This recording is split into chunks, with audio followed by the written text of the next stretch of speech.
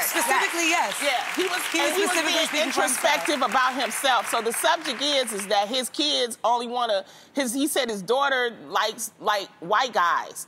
That's probably because the way she's raised and who she's around. It's not because of him. But I do think that parents, and I'm not a parent, so do you talk to your kids about, you know, who they date? I mean, your kids are young.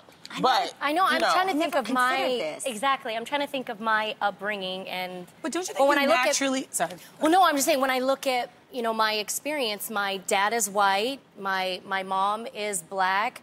So it would be hypocritical if they were to look at us and say you should only date this or you should only date that. Yes. But they taught us. They encouraged us. I'm just saying they encouraged us that love.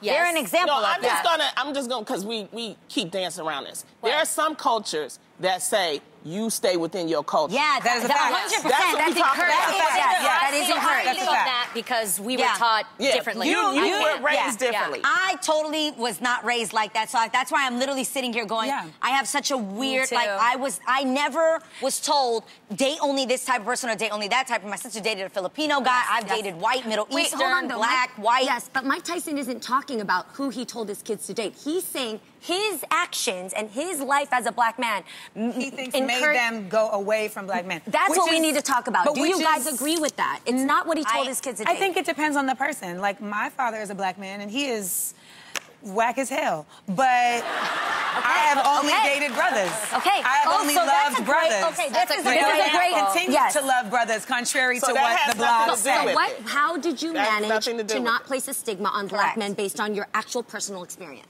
Well, I think my mom raised me to love black men.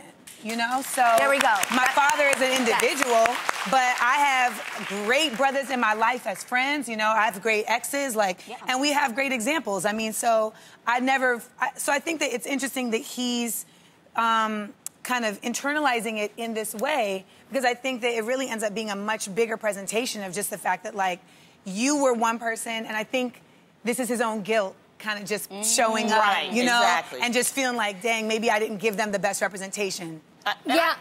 Go ahead.